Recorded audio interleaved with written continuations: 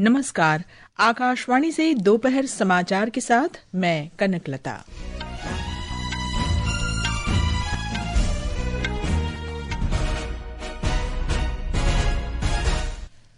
प्रधानमंत्री नरेंद्र मोदी ने कहा कि पिछली कई सदियों से सोमनाथ मंदिर का अस्तित्व देश की सभ्यता की अदम्य भावना को दर्शाता है। सर्वोच्च न्यायालय ने 2020 के दिल्ली दंगों के मामले में उमर खालिद और शर्जिल इमाम की जमानत याचिका खारिज की। 5 अन्य आरोपियों को जमानत मिली। रक्षा मंत्री राजनाथ सिंह ने गोवा में भारतीय तटरक्षक बल के पहले स्वदेश निर्मित प्रदूषण नियंत्रण पोत समुद्र प्रताप का जलावतरण किया। संयुक्त राष्ट्र सुरक्षा परिषद ने वेनेजुएला में अमेरिका के सैन्य हमलों पर चर्चा के लिए आपातकालीन बैठक बुलाई और दूसरे अंडर 19 एक दिवसीय क्रिकेट मैच में दक्षिण अफ्रीका ने टॉस जीतकर बल्लेबाजी करने का फैसला किया। अब समाचार विस्तार से। प्रधानमंत्री नरेंद्र मोदी ने कहा है कि पिछली कई सदियों में सोमनाथ मंदिर पर हुए हमलों के बावजूद मंदिर भारतीय सभ्यता की आत्मा के जीवंत उदाहरण के रूप में शान से खड़ा हुआ है। श्री मोदी ने कहा कि ये वर्ष इसलिए महत्वपूर्ण है क्योंकि आज से 1000 वर्ष पूर्व विदेशी आक्रांताओं द्वारा सोमनाथ मंदिर पर पहला हमला किया गया था। प्रधानमंत्री ने कहा कि सोमनाथ शब्द सुनते ही देशवासियों के मन में अद्भुत साहस और गर्व की अनुभूति होती है।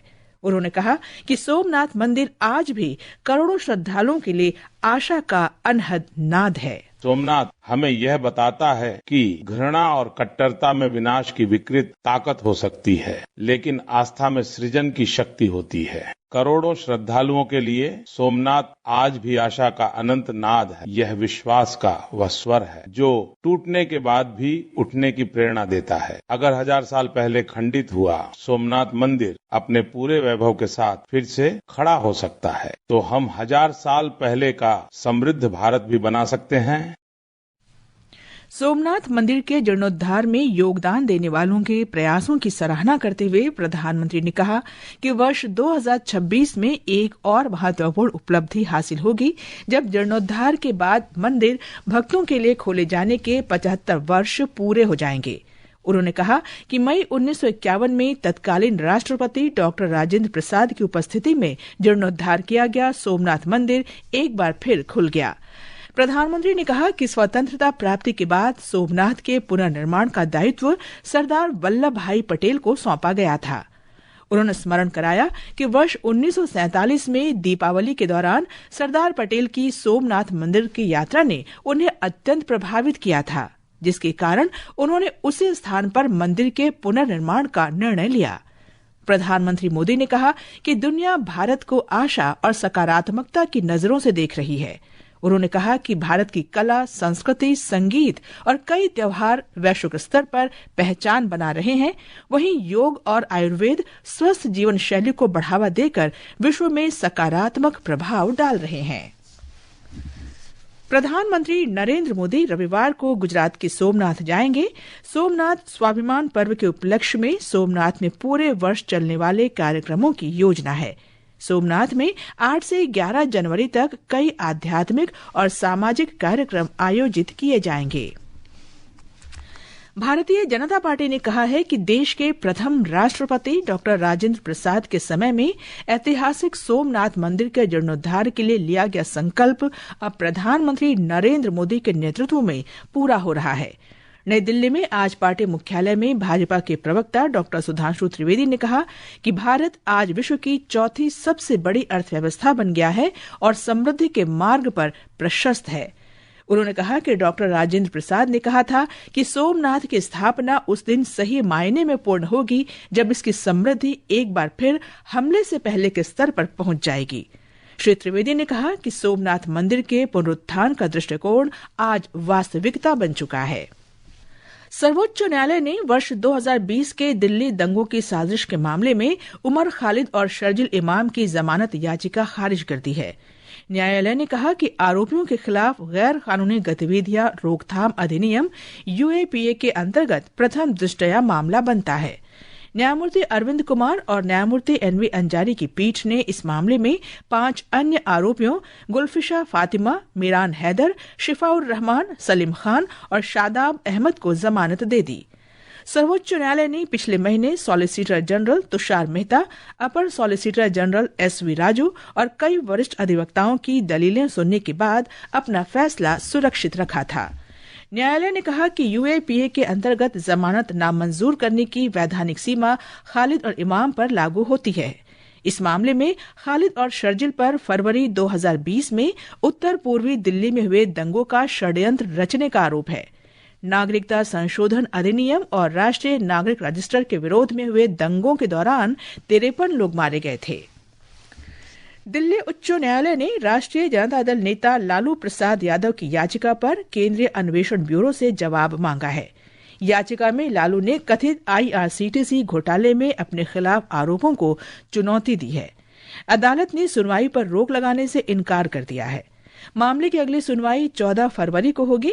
पिछले वर्ष अक्टूबर में लालू प्रसाद यादव, उनकी पत्नी राबड़ी देवी, पुत्र तेजस्वी यादव और 11 अन्य लोगों के खिलाफ धोखाधड़ी, आपराधिक षड्यंत्र और भ्रष्टाचार के आरोप तय किए गए थे। ये समाचार हमारी वेबसाइट www.newsonair.gov.in और हमारे न्यूज ऑन एआईआर ऐप पर भी उपलब्ध हैं। दोपहर समाचार में आपका फिर स्वागत है। भारतीय तटरक्षक बल ने पहले स्वदेशी रूप से डिजाइन और निर्मित प्रदूषण नियंत्रण पोत समुद्र प्रताप को आज अपने बेड़े में शामिल किया। रक्षा मंत्री राजनाथ सिंह ने आज गोवा में इस पोत का शुभारंभ किया। हमारे संवाददाता ने बताया है कि 70% से अधिक स्वदेशी सामग्री के साथ विकसित ये पहला स्वदेशी प्रदूषण नियंत्रण जहाज है।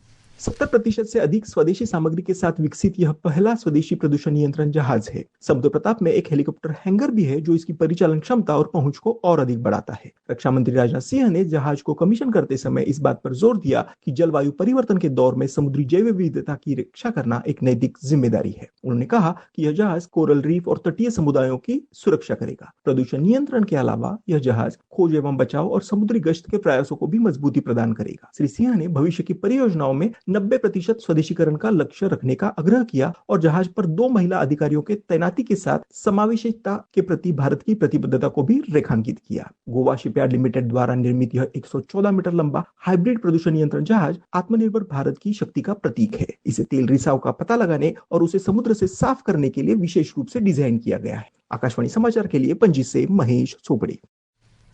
इस अवसर पर रक्षा मंत्री राजनाथ सिंह ने भारतीय समुद्री सीमाओं की रक्षा और समुद्र से जुड़े विशेष अभियानों में तटरक्षक बल की भूमिका की सराहना की। मैरीन पोल्यूशन से लेकर कोस्टल क्लीनलीनेस तथा सर्च एंड रेस्क्यू से लेकर मैरीटाइम लॉ इन्फोर्समेंट तक कोस्ट गार्ड की भूमिका मल्टी डायमेंशनल है। जब भी समुद्र में कोई संकट आता है, चाहे वह ऑयल स्पिलिंग का हो, किसी शिप में आग लगने का हो या किसी का जीवन संकट में हो या फिर कोई भी समस्या हो, कोस्ट गार्ड सबसे पहले रिस्पांस देता है। यही कारण है कि आज हमारी कोस्ट गार्ड को देश ही नहीं बल्कि इंटरनेशनल कम्युनिटी में भी सम्मान की दृष्टि से देखा जाता है। उपराष्ट्रपति सीपी राधाकृष्णन ने कहा है कि ऑपरेशन सिंदूर के दौरान राष्ट्रीय कैडेट कोर एनसीसी ने सराहनीय भूमिका निभाई है। श्री राधाकृष्णन ने नई दिल्ली में आयोजित एनसीसी गणतंत्र दिवस परेड शिविर 2026 समारोह को संबोधित करते हुए ये बात कही। ऑपरेशन सिंदूर की सफलता पर उपराष्ट्रपति ने कहा कि इस अभियान ने देश के राष्ट्रीय सम्मान, संप्रभुता और जनता की रक्षा के प्रति संकल्प को प्रदर्शित किया है। Operation Sindoor was a powerful symbol of the unwavering commitment of the Indian Armed Forces to protect the nation's honor, sovereignty and its citizens. NCC made a commendable contribution during Operation Sindoor when nearly 72,000 NCC cadets transformed into NCC warriors and undertook voluntary service for civil defense measures. कृषि मंत्री शिवराज सिंह चौहान ने कहा है कि मनरेगा योजना में पारदर्शिता लाने के लिए विकसित भारत जी रामजी अधिनियम लाया गया है। श्री चौहान ने तमिलनाडु के इरोड में किसानों को संबोधित करते हुए कहा कि योजना में लाभार्थियों के लिए रोजगार की अवधि 100 दिन से बढ़ाकर 125 दिन कर दी गई है। उन्होंने कहा कि योजना के अंतर्गत लाभार्थियों को भुगतान समय पर मिलेगा। कृषि मंत्री ने कहा कि रोजगार मिलने के 15 दिन में लाभार्थियों को राशि का भुगतान न होने पर कानूनी कार्रवाई की जाएगी। उन्होंने कहा कि ग्रामीण बुनियादी ढांचे को मजबूत किया जाएगा ताकि किसानों को लाभ मिलता रहे। इलेक्ट्रॉनिक्स और सूचना प्रौद्योगिकी मंत्री अश्विनी वैष्णव ने कहा है कि पिछले 11 वर्ष में देश में इलेक्ट्रॉनिक्स उत्पादन 6 गुना और निर्यात 8 गुना बढ़ गया है। सोशल मीडिया पोस्ट में श्री वैष्णव ने कहा कि एप्पल ने वर्ष 2025 में $50 अरब मूल्य के मोबाइल फोन निर्यात किए। उन्होंने कहा कि इस प्रगति से इलेक्ट्रॉनिक्स उत्पाद शीर्ष 3 निर्यातित वस्तुओं में शामिल हो गए हैं। श्री वैष्णव ने कहा कि 4 सेमीकंडक्टर संयंत्रों में इस वर्ष वाणिज्यिक उत्पादन शुरू हो जाएगा। उन्होंने कहा कि इलेक्ट्रॉनिक्स विनिर्माण में इस समय 25 लाख रोजगार हैं। उन्होंने कहा कि भारत डिजाइन, विनिर्माण, संचालन प्रणाली, अनुप्रयोग, सामग्री और उपकरण सहित संपूर्ण इलेक्ट्रॉनिक्स क्षेत्र में एक प्रमुख उत्पादक देश बन जाएगा। भारतीय जनता पार्टी के वरिष्ठ नेता और गृहमंत्री अमित शाह ने आज तमिलनाडु के तिरुचिरापल्ली में पार्टी कार्यकर्ताओं के साथ पोंगल का उत्सव मनाया। राज्य भाजपा इकाई द्वारा आयोजित इस सांस्कृतिक कार्यक्रम का शीर्षक नम्मा उरु मोदी पोंगल था, जिसमें हजारों महिलाओं ने भाग लिया। गृहमंत्री को इस अवसर पर पूर्ण कुंभ सम्मान से नवाजा गया। गृहमंत्री ने सूर्य देव को प्रणाम किया और आज सुबह त्रिची स्थित श्री रंगनाथ मंदिर और अखिलंदेश्वरी अम्मन मंदिर के दर्शन किए। ये समाचार आकाशवाणी से प्रसारित किए जा रहे हैं। ताजा समाचार जानने के लिए आप हमारे social media handle @AIR News Hindi को फॉलो कर सकते हैं। ये आकाशवाणी है। दिल्ली के उपराज्यपाल विनय कुमार सक्सेना ने कहा है कि दिल्ली सरकार ने ई गवर्नेंस पहल के माध्यम से विभिन्न विभागों में लगभग 75 डिजिटल सेवाओं को नागरिक केंद्रित सेवाओं के साथ सफलतापूर्वक एकीकृत किया है। श्री सक्सेना ने दिल्ली विधानसभा के शीतकालीन सत्र के अभिभाषण में ये बात कही। उन्होंने कहा कि सरकार ने व्यापार में सुगमता पहल के अंतर्गत व्यावसायिक प्रक्रियाएं सरल बनाई हैं। श्री सक्सेना ने कहा कि सरकार ने सभी सरकारी कार्यालयों को डिजिटाइज करने के लिए ई ऑफिस पहल शुरू की है। इससे शासन प्रणाली अधिक सुलभ और पारदर्शी बन सकेगी। संयुक्त राष्ट्र सुरक्षा परिषद ने वेनेजुएला में अमेरिकी हमले पर चर्चा के लिए आपातकालीन बैठक बुलाई है। ये बैठक परिषद के अस्थायी सदस्य कोलंबिया के अनुरोध पर बुलाई गई है। इसे स्थायी सदस्य चीन और रूस का समर्थन प्राप्त है।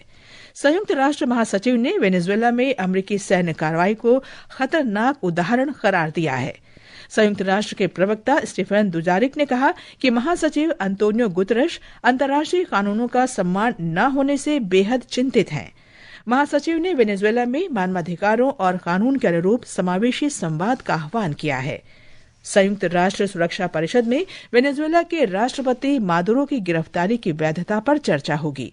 हालांकि मित्र देशों से अमेरिका की कड़ी आलोचना की संभावना नहीं है। मादुरो फिलहाल न्यूयॉर्क में हिरासत में है। मादक पदार्थों के आरोपों पर अदालत में आज उनकी पेशी होगी। इस बीच अमेरिका के राष्ट्रपति डोनाल्ड ट्रंप ने वेनेजुएला के उपराष्ट्रपति डेल्सी रोड्रिगेज को कड़ी चेतावनी देते हुए कहा है कि अगर वो अमेरिकी योजनाओं में सहयोग नहीं करती हैं तो उन्हें गंभीर परिणाम भुगतने पड़ सकते हैं। आकाशवाणी का समाचार सेवा प्रभाग आज रात 9:30 बजे फोन इन कार्यक्रम पब्लिक स्पीक में जमाकर्ताओं की सुविधा और सुरक्षा बढ़ाने के लिए बैंकिंग प्रक्रियाओं में हाल के बदलावों पर परिचर्चा प्रसारित करेगा। दक्षिण अफ्रीका के बेनोनी में भारत के साथ दूसरे अंडर-19 एक दिवसीय क्रिकेट मैच में दक्षिण अफ्रीका ने ताजा समाचार मिलने तक 18 ओवर में 3 विकेट पर 92 रन बना लिए हैं।